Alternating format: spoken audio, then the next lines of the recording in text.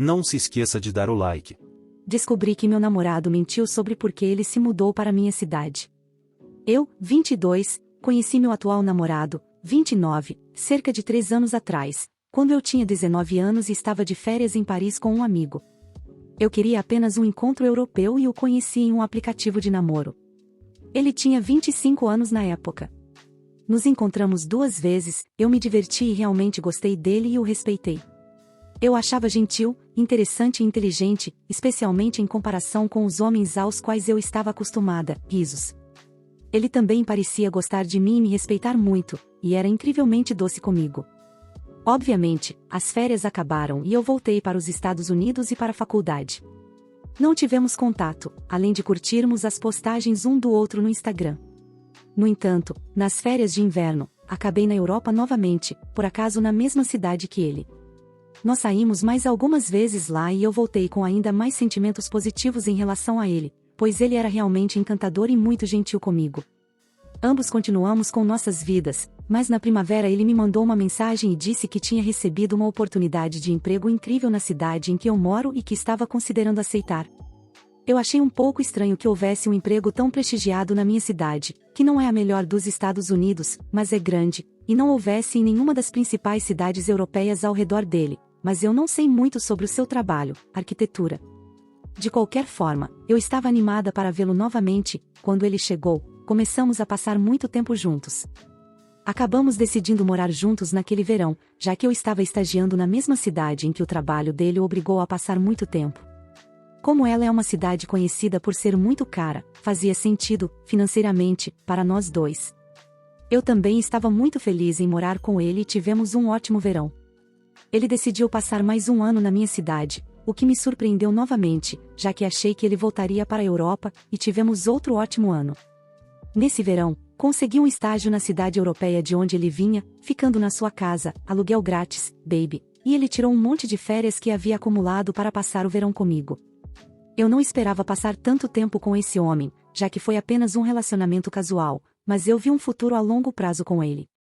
No entanto, estávamos falando sobre nossos planos futuros antes de eu voltar para os Estados Unidos e, durante a conversa, ele confessou que o emprego original nos Estados Unidos não caiu em seu colo por acaso. Ele se candidatou propositalmente a empregos na minha cidade porque gostou muito de mim e queria me ver novamente. Fiquei meio atordoada com isso e quanto mais penso no fato, mais perturbador é que esse cara aleatório se mudou para um país diferente por minha causa e nem mesmo admitiu isso até que estivéssemos juntos há anos. Eu já estava um pouco em cima do muro sobre continuar nosso relacionamento, visto que este é meu primeiro relacionamento de longo prazo e ele esteve em alguns relacionamentos de cerca de 1 ano e em um relacionamento de 6 anos. Também não o apresentei à minha família, ou disse a eles a sua idade, já que toda a situação não nos faz parecer bem. Agora estou ainda mais hesitante porque, embora eu realmente o ame, é meio insano o que ele fez. Meu plano original era sugerir a ele que voltasse para a Europa neste ano. Ele tem muitas opções de emprego, então não deve ser um problema, que deveríamos dar um tempo e que eu me mudaria para lá no próximo ano, para pós-graduação, quando poderíamos começar um relacionamento real. Dessa forma, eu poderia aproveitar meu último ano de faculdade solteira e fingir que nos conhecemos normalmente na Europa, eu estando mais velha do que quando eu tinha apenas 19 anos. Agora nem sei se quero isso, exclusivamente por causa de sua confissão, sinto que estou sendo irracional. Ele é um homem incrível, com muitas virtudes, e eu gosto muito dele, que sempre me tratou muito bem, mas não consigo me livrar da sensação de que o que ele fez foi insano. Meus amigos têm opiniões divididas e eu não vou falar com meus pais sobre isso, então pensei em perguntar aqui. Atualização. Primeiramente, obrigada a todos que responderam ao meu primeiro post. Foi definitivamente esclarecedor. Passei cerca de 1 semana refletindo sobre tudo isso e decidindo o que faria quando meu namorado voltasse para os Estados Unidos, o que foi ontem. Percebi, depois de ler todos os comentários, que ele não havia feito nada de errado e que eu estava apenas usando isso como uma desculpa para minhas próprias dúvidas sobre o relacionamento. Também percebi que, embora muitas pessoas achassem que eu era uma pessoa horrível, havia coisas que me incomodavam e que eu não havia realmente colocado em palavras antes, mas que acredito serem válidas. Uma comentarista que já esteve em um relacionamento com uma diferença de idade semelhante disse que muitas vezes sentia que estava em um relacionamento com um guia turístico, o que percebi ser exatamente como eu me sentia. É desconcertante estar com alguém que sempre, sabe mais do que você. Isso definitivamente me atraiu no início, mas depois de um tempo me fez sentir como uma criança e como se não estivesse aprendendo tudo o que preciso para o resto da minha vida. Percebi, no entanto, que não tinha interesse em dar um tempo. Muitas pessoas acharam que, ao querer passar o último ano da faculdade solteira, eu queria sair com homens aleatórios. O que eu queria realmente era ter tempo para sair e me divertir com meus amigos, em vez de passar 4 ou 5 noites por semana com meu namorado. Eu não tenho interesse em ficar com outros homens e não quero terminar o relacionamento com meu namorado. De qualquer forma, ele voltou ontem para os Estados Unidos. Eu estava meio estranha com ele desde que ele me contou porque se mudou para minha cidade. Ele percebeu isso e quis conversar. Pegamos nossa comida para a viagem favorita e uma garrafa de vinho e discutimos. Basicamente, ele pediu desculpas por ter me surpreendido com essa informação e eu pedi desculpas por ter sido estranha com ele. Eu lhe disse que fiquei apenas surpresa de que ele gostasse tanto de mim depois de nós nos vermos, talvez, 5 vezes, e ele disse que, com um certo tipo de experiência, você apenas sabe. Eu também contei que fiquei chocada porque ele estava, acho que ainda está, risos, cercado por um monte de deusas lindas e bem-sucedidas com quem posso dizer que ele dormiu, e parte do meu choque foi que depois de apenas algumas vezes comigo, ele me escolheu, em vez delas. Mas ele amenizou completamente meus medos em relação a isso e a elas. Também disse a ele que me sentia um pouco como se ele fosse meu guia turístico para a vida e que eu não estava realmente vivenciando a vida por conta própria. Disse-lhe que era meio desconcertante eu ser uma mulher bem-sucedida em todas as áreas da minha vida, mas que com ele parecia que eu nunca estava à sua altura. Acho que isso foi algo que me incomodou, especialmente porque meio que espelha o relacionamento dos meus pais. Eu amo meu pai, mas minha mãe era uma mulher brilhante e muito bem-sucedida que o conheceu quando tinha 19 anos e, embora ainda tenha conseguido um doutorado e tudo mais, acabou sendo uma mãe que fica em casa, e agora ela não sabe como fazer muitas coisas sem meu pai. Meu namorado foi muito receptivo às minhas preocupações e decidimos que faríamos mais coisas juntos que fossem novas para ambos. Ele também concordou que eu poderia introduzi-lo a alguns de meus hobbies e interesses que ele não compartilha, como trilhas e academia. Outro motivo pelo qual eu queria dar um tempo era porque eu nunca estive com uma mulher, mas tenho interesse nisso. Conversamos sobre isso e encontramos algumas maneiras de explorar a situação juntos. Ele também sugeriu darmos um tempo, se eu quisesse, mas percebi que não queria perdê-lo e, honestamente, não queria vê-lo com outra mulher, então, concordamos em não fazer isso. Outra opção seria abrirmos o relacionamento, se eu quisesse, mas percebi, novamente, que não estava realmente interessada. Então, no geral, estamos bem e apenas faremos algumas pequenas mudanças aqui e ali. Apesar do que todos disseram, eu realmente o amo e não o vejo como um acomodamento ou uma fonte de dinheiro. Na verdade, da primeira vez, eu escrevi no meu diário que gostava muito dele e que sabia, de alguma forma, que o veria novamente. Acho que isso me assustou um pouco porque ele sentiu mesmo no início, só porque era mais velho e mais experiente, mas estou feliz que tenha dado certo. Vou apresentá-lo à minha família nas próximas semanas e, aparentemente, a ex dele de 6 anos está visitando uma grande cidade perto da nossa no próximo mês, então acho que vou conhecê-la também. Além disso, apenas esclarecendo alguns comentários, que não são super importantes, mas acho que algumas pessoas podem estar interessadas. Eu não sou uma herdeira, eu trabalho e tenho uma bolsa de estudos integral e o aluguel é pago pelos meus pais, e então, tenho bastante dinheiro disponível. Meus pais também são de um país europeu e temos muitos parentes lá, de então, eu os visito frequentemente. Meu namorado talvez não seja um herdeiro, mas está perto, o pai dele possui muitos imóveis e eles têm casas ao redor do mundo. Então, não, ele não paga hipoteca. Eu definitivamente não queria dar um tempo para aumentar meu histórico sexual, como algumas pessoas pensaram.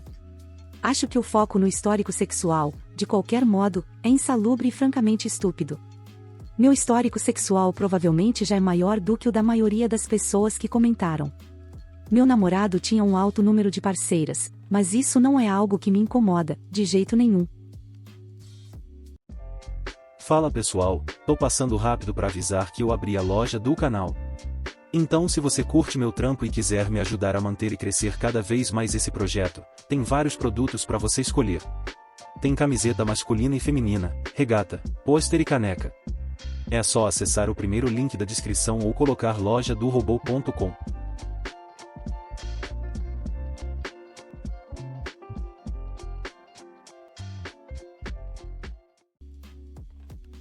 Eu não consigo superar a morte de uma garota que faleceu há 10 anos. Eu simplesmente não sei como seguir em frente. Para contextualizar, eu, 20, costumava ser uma criança incrivelmente doente. Eu faltava muito à escola, e por causa disso, eu tinha dificuldade em me relacionar com qualquer pessoa. Em um ano, eu perdi 1/3 dos dias de aula. Eu tinha 10 anos na época em que estava em um hospital infantil para uma cirurgia de rotina. Estavam me monitorando na noite anterior à cirurgia, e eles me colocaram no quarto com um colega de quarto. Eu fiquei do lado da janela do quarto, e uma cortina me separava da outra ocupante. A quem chamarei de Lia, era bastante parecida comigo. Ela também tinha 10 anos e estava sob constante cuidado no hospital. Quase imediatamente quando cheguei lá, ela começou a falar. Lia falava sobre todo tipo de coisa, como sua visão do mundo e tudo mais. Eu não era muito de falar, como uma criança tímida que havia passado por cirurgias apenas para conseguir falar mais ou menos corretamente, então eu apenas ouvia e respondia raramente. Lia mencionou como, quando saísse dali, gostaria de se destacar em todas as áreas. Era uma mistura de ambição e otimismo infantil, querendo fazer todo tipo de estudo, esportes, coisas sociais, se destacar em todas as categorias. Lia era otimista e queria fazer de tudo, enquanto, apesar das melhorias em minhas condições, eu era pessimista e me concentrava apenas na solidão que desejava quando terminasse com todas as consultas médicas. Fiz a cirurgia no dia seguinte e correu bem, mas fiquei mais uma noite. Claro, eu estava de volta ao outro lado da cortina de Lia. Eu realmente não falava muito, mas Lia falava por mim. Ela disse que não queria ficar em uma única carreira, em vez disso, fazer absolutamente tudo em uma variedade de assuntos. Ela também disse que queria ajudar a todos e achava que as estrelas deveriam brilhar para todos. Como eu era quieto, Lia eventualmente me fez um pedido. Ela queria que eu explicasse o que eu via pela janela. O pequeno jardim lá fora, o céu noturno acima, todos os detalhes. Foi difícil, mas eu continuei, tentando explicar o que eu via, já que Lia estava presa do outro lado da cortina e não conseguia ver por si mesma. Ela disse que eu tinha uma voz adorável e que eu deveria usá-la mais. Foi tão bobo, mas essas 2 noites passadas a uma cortina de distância de Lia mudaram totalmente a minha vida. Eu me sentia sem esperanças, mas algo na maneira como Lia falava de mim e confiava em mim me deu um senso de identidade que eu nunca tinha tido antes. Eu nunca tive um amigo antes, e ouvir Lia era reconfortante. Eu continuei voltando ao hospital, mas à medida que minhas condições melhoravam, minhas visitas se tornavam mais esporádicas. Lia estava sempre lá, praticamente vivia lá, pois sua condição não era exatamente boa. Meus pais sabiam que eu conversava com outras crianças lá, mas não sabiam que era a mesma pessoa a quem eu continuava voltando. Pelo que entendi, Lia não tinha ninguém além de uma avó. Meu relacionamento com meus pais estava tumultuado aos 10 anos, então as visitas ficaram mais e mais raras à medida que as semanas passavam. Um dia, depois de um breve ato, decidi visitar Lia. Tive a oportunidade, já que tinha uma consulta nas proximidades, e meus pais me permitiram entrar para verificar. A equipe da recepção sabia que eu estava mais ou menos lá para Lia nesse ponto, além de minhas próprias consultas. Mas desta vez, quando pedi para vê-la, uma enfermeira me levou para um lado. Lia faleceu. Em uma das visitas posteriores, Lia me deu o colar dela. Eu realmente não quero pensar muito no que estava passando pela mente de Lia na época. Parecia apenas uma coisa amigável. Tenho quase certeza de que era um colar de brinquedo, já que o comprimento é curto e o pingente é um símbolo de lua e estrela. No entanto, eu ainda o tenho e uso em 2 voltas no meu pulso. É um amuleto da sorte e me lembra por que aproveito as oportunidades. Eu não sei se Lia realmente teve um funeral, nem sei onde fica o túmulo dela, se é que existe um. Não consigo imaginar que um hospital infantil permitiria que uma criança morresse e não tivesse uma homenagem ou túmulo para ela. Mas eu ainda não sei, e, honestamente, isso me assusta. Lia, sinceramente, mudou minha vida. Decidi me envolver em todas as atividades extracurriculares que minha escola oferecia, à medida que eu ficava mais saudável e melhorava. Agora estou na faculdade e tenho notas perfeitas, participação perfeita, uma forma física que me fazia chorar quando criança doente. Faço absolutamente tudo, porque pessoas como Lia não puderam. Eu simplesmente não sei o que fazer.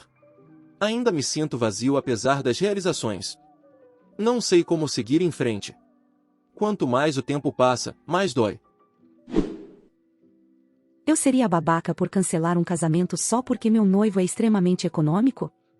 Eu, 31, estou tendo dificuldades com a frugalidade do meu noivo, 32, e não tenho certeza se quero mais me casar com ele, depois de um relacionamento de 3 anos. Conheci meu noivo há 3 anos. Ele saiu de um casamento abusivo apenas 2 anos antes de nos conhecermos. Um dos abusos absolutos era o financeiro. Ela o sugou financeiramente. Fez com que ele comprasse joias caras apenas para dá-las de presente ou quebrá-las depois de uma briga. Sapatos de marca, roupas, casa grande, carros, viagens ao Caribe. Você mostrava, ela o fazia pagar por aquilo. Ela também o esfolou no divórcio. No entanto, meu noivo é muito bem de vida. Ele ganha bem acima de 6 dígitos, quase 7. Fora isso, ele herdou alguns milhões de seu avô e seus pais também presentearam a ele e a seus irmãos com alguns milhões bacanas. Sim, o abuso financeiro foi ruim, mas ele não sofre financeiramente. Ele tem mais dinheiro do que jamais precisará. No ano passado, eu me mudei para a sua casa. Eu não pago aluguel, mas divido as contas e compro comida. Eu pago pelas minhas próprias roupas e joias. Tenho um bom emprego e posso cuidar de mim mesma. No entanto, as coisas têm piorado e me sinto miserável. A casa dele estava vazia, quando me mudei. Ele tinha móveis usados, talvez 3 garfos e 2 facas. Ele não ligava o aquecimento, então a casa ficava fria e mofada. Não havia cortinas nem decoração. Sua ex-mulher levou tudo o que não estava pregado no chão, e ele foi muito econômico para substituir as coisas. Imagine só uma casa de $1 milhão assim. Sou grata por poder morar em sua casa. É algo que eu nunca poderia pagar sozinha, mas eu não queria viver naquele estado. Então, comprei alguns utensílios de cozinha, alguns móveis, e em certo momento, percebi que estava usando minhas economias o tempo todo e ele não fazia nada. Procurei por cortinas, mas essas coisas são caras. A casa dele tem tantas janelas que é uma loucura. Eu não queria mais pagar por isso. Disse a ele que precisava de um fundo para mobiliar a sua casa. Ele explodiu comigo, dizendo que eu estava com ele apenas por causa do dinheiro. Apontei todo o dinheiro que gasto na casa dele, os presentes e as viagens, porque ele nunca paga por nada. Ele quer ter certeza de que não estou aqui pelo dinheiro. A verdade é que, se terminarmos, eu não tenho nada, a casa não é minha. Se eu gastar todas as minhas economias na casa dele, não sobrará absolutamente nada para mim. Ele quer um acordo pré-nupcial e eu não me preocupo com isso, mas não consigo deixar de me sentir usada. Além disso, tenho ciúmes de sua ex-mulher. Sinto que ela foi cuidada e eu sou negligenciada. Ele a pediu em casamento em um cruzeiro, com um anel de ouro branco de $10 mil. Eu ganhei coisas folheadas a ródio que custam, talvez, $100.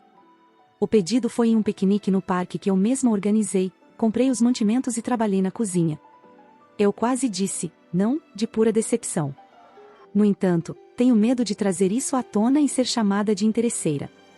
Eu não quero financiar o estilo de vida de um milionário. Ele adora tudo, desde que eu pague. Assim que ele tem que pagar, é supérfluo, desnecessário. Posso viver como uma pessoa pobre sozinha. Pelo menos o fato de haver literalmente milhões por aí não fica sobre mim, para me incomodar. E eu apenas estaria pagando pelo meu próprio estilo de vida. Eu seria a babaca por cancelar um casamento puramente por motivos financeiros? Porque eu amo esse homem, mas imagino nosso casamento barato, em contraste com a extravagância de sua ex. Nossos futuros filhos poderão ter alguns luxos? Ou só se eu pagar por isso? E se eu me tornar uma dona de casa? Terei que implorar para ligar o aquecimento? Edição para responder a perguntas que vejo com frequência. Eu sei que o abuso não é inventado. A família e os amigos dele me contaram histórias diversas dos abusos que testemunharam. Isso não apenas confirmou, mas me mostrou que ela era muito pior do que eu pensava. Como roubar joias de herança da avó dele com Alzheimer logo depois de ficar viúva. Fingir que ganhou essas coisas, mesmo que todos soubessem que a avó odiava. Não percebi ou vi que ele está fazendo comigo o mesmo que ela fazia com ele e que ele está, inconscientemente, me punindo pelo que fizeram com ele. Não estou tentando lhe impor um estilo de vida com o qual ele estava feliz anteriormente. Ele me disse, antes de nos mudarmos, que deixou a casa assim porque ficou deprimido depois que a esposa levou tudo, até as cortinas. Isso o deixou triste e ele queria uma casa aconchegante, apenas não sabendo por onde começar. A casa dele está paga, graças ao avô. Na verdade, ele não gasta muito com utilidades também. A casa é muito bem isolada e tem painéis solares. É estranho ver como é barato ser rico de verdade.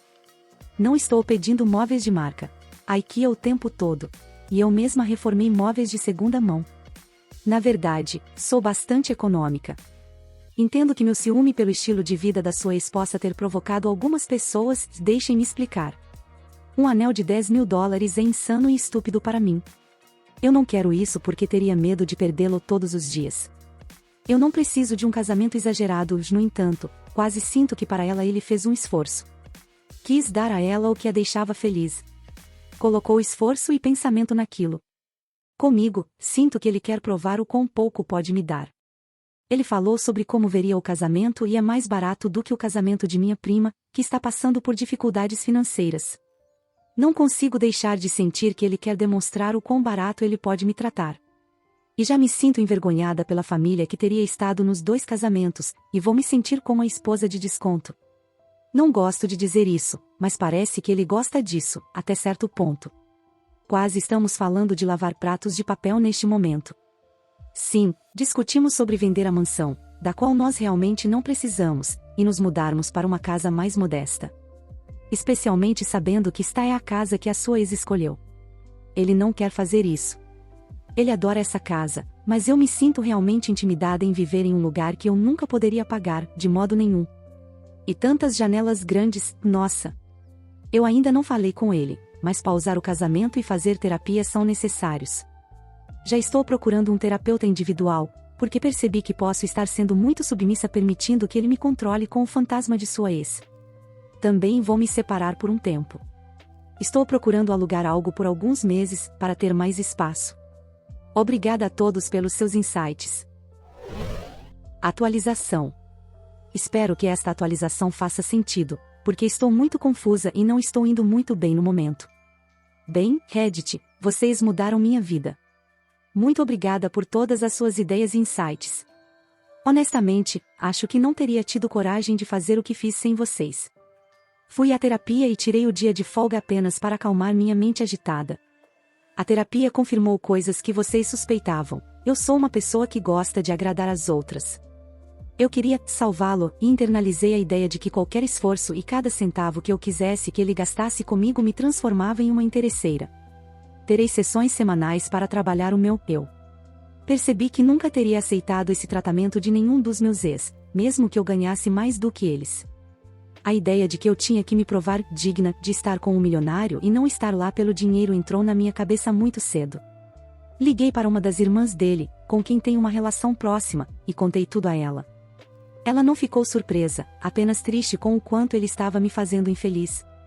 Ela me disse que desde o dia em que começamos, ele tinha essa ideia de que eu estava fora de sua liga.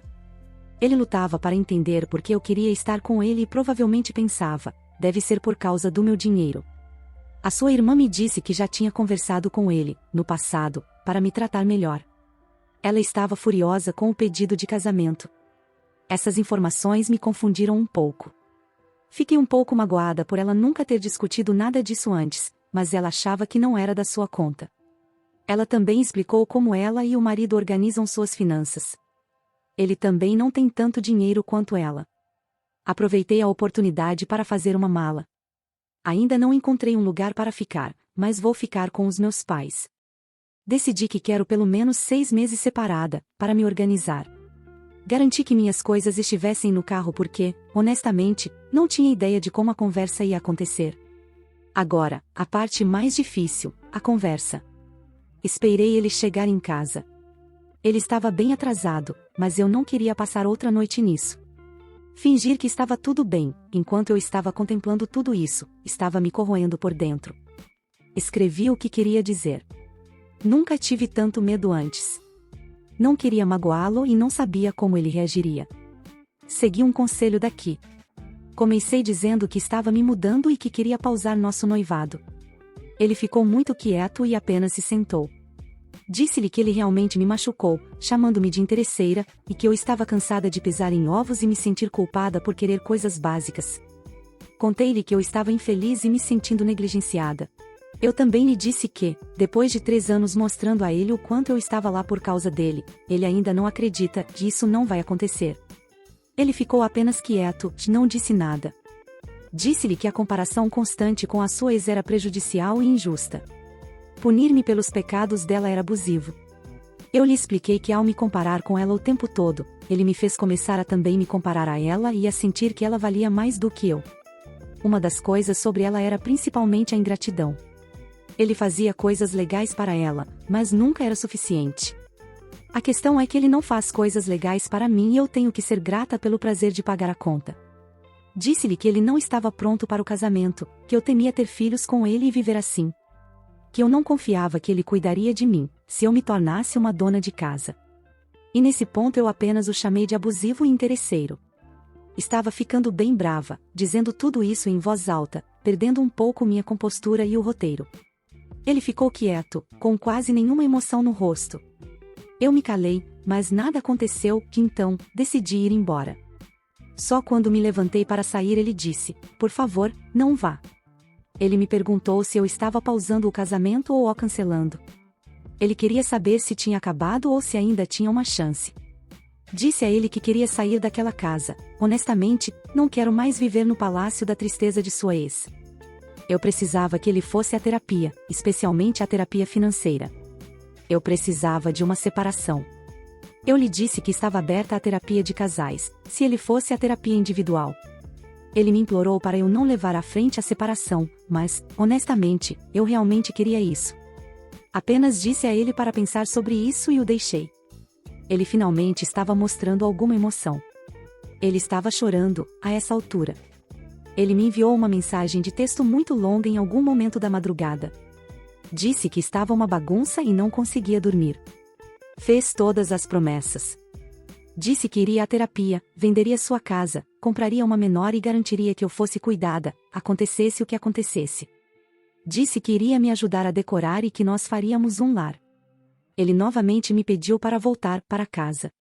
No entanto, para mim, lá não parece mais um lar, de qualquer maneira. Sinto-me muito vazia e cansada, dormi a maior parte do dia. Sinto-me culpada, mas também um pouco aliviada, se é que isso faz sentido. Não sei se realmente quero voltar, se ele fizer tudo o que falou. Não sei, estou um pouco instável agora. Preciso de algum tempo para processar. Vou voltar para pegar os utensílios de cozinha e a minha TV. Não vou levar mais nada dos móveis. Isso se dá em razão dos mesmos motivos pelos quais eu estava relutante em comprar tudo. A casa dele é enorme, como o sofá. Eu não posso levá-lo. Atualização final. Obrigada a todos que entraram em contato comigo. Consegui alugar um pequeno apartamento para mim. Adotei um filhote. Depois de estar em um lar onde fui verdadeiramente amada, meus pais, percebi o quanto estava triste, fria e sozinha. Com o tempo, fiquei cega para muitas coisas. Cega para uma temperatura confortável em casa. Confortável em pensar em cada centavo gasto. Sentindo culpa por comprar aquele vestido que eu queria há tanto tempo e que finalmente estava em promoção. Sentindo-me no direito de querer encontros, de ser tratada às vezes. Comecei a pensar no que me faz feliz. Adoro viajar, me vestir bem para ir a um bom restaurante. Fazer festas de jantar, entreter pessoas, planejar os presentes de Natal com 6 meses de antecedência. Ter uma casa aconchegante. E percebi o quanto ele havia me tirado com aquela pequena frase: isso é realmente necessário? Alguma coisa é realmente necessária? Se você tem um teto, comida, uma cama e uma TV, você já está bem, certo? É necessário viajar? É necessário ter roupas bonitas? É necessário tomar banho? Cortar o cabelo? Fazer festas? Ter um hobby? Casar? Não. Agora sei que os abusadores não são, por definição, pessoas más. Ele está quebrado e tem traumas para os quais não tenho tempo nem energia. Ele se libertou do abuso e decidiu se tornar o abusador. Sei que ele está em terapia e inicialmente concordamos com 6 meses de pouco ou nenhum contato. Mas senti que estava certa de que não era mais para mim e não queria deixá-lo pendurado. Terminar com ele foi muito difícil. Isso me deixou muito triste. Nunca quis machucá-lo e amava profundamente esse homem. Queria que fossemos felizes para sempre um do outro. Ambos viemos de lugares escuros e eu queria que prosperássemos juntos. Sua família me dizia que eu era a pessoa certa, que eu era tudo o que ele procurava, e eu me sentia tão sortuda. Mas temos apenas uma vida e ele tem muito trabalho a fazer antes de sequer se tornar o mínimo do que eu precisava. Sinto que fracassei. Como se minha história tivesse um final ruim. Me sinto muito quebrada e triste. Vou levar meu tempo para ser apenas eu. Espero que ele faça o mesmo. Sinceramente, espero que ele encontre alguém e seja feliz. Principalmente, espero isso para mim, mas por enquanto estou bem comigo mesma e com o filhote. Obrigada a todos pelo tempo e apoio. Vou ter um pequeno choro no pelo fofinho de um amiguinho peludo. Muito obrigado por assistir. Comente sobre as histórias, dê like se gostou e confira o último vídeo. Se inscreva no canal e confira a nossa loja no primeiro link da descrição. Uma boa noite, pessoal.